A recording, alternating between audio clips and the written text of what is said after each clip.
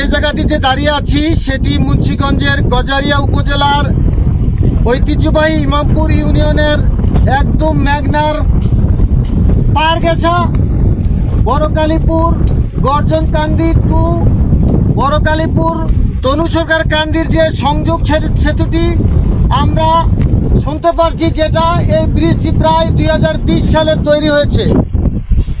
এই ব্রিজ থেকে যে তনু সরকার কান্দির গ্রামবাসী আছে, বৃষ্টি হওয়ার পরও এই এলাকার এই গ্রামের শিক্ষার্থীরা তাদের স্কুলে যাইতে খুব কষ্ট হচ্ছে।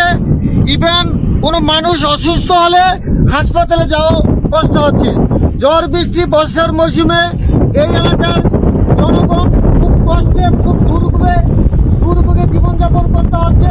তাদের জরুরি যখন প্রয়োজন হবে সেই উপজেলা সড়কে যাইতে, সেটাও তাদের পক্ষে সম্ভব হচ্ছে না।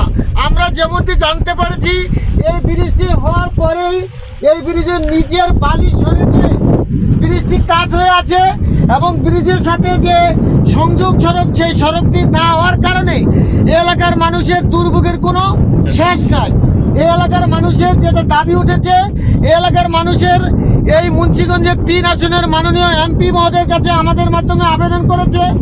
এলাকার মানুষের দুর্ভোগের সময় যদি আমাদের মাননীয় এমপি মহোদয় এখানে এসে পাশে দাঁড়ায় এবং এই তনু সরকার কান্দির যে রাস্তাটি সেটি যদি তৈরি করে দেওয়া হয়, এই এলাকার মানুষের আশার বাণী ফুটে উঠবে এবং এই এলাকার যে শিক্ষার্থীরা আছে তারা খুব অনায়াসে তাদের পড়াশোনার জন্য যাইতে পারবে।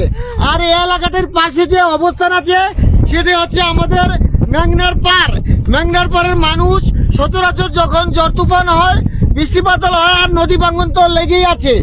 এই নদী ভাঙ্গনের কারণেও মানুষ রাত্রে অনেক সময় শান্তিতে ঘুমাতে পারে না তাদের সন্তানদেরকে নিয়ে।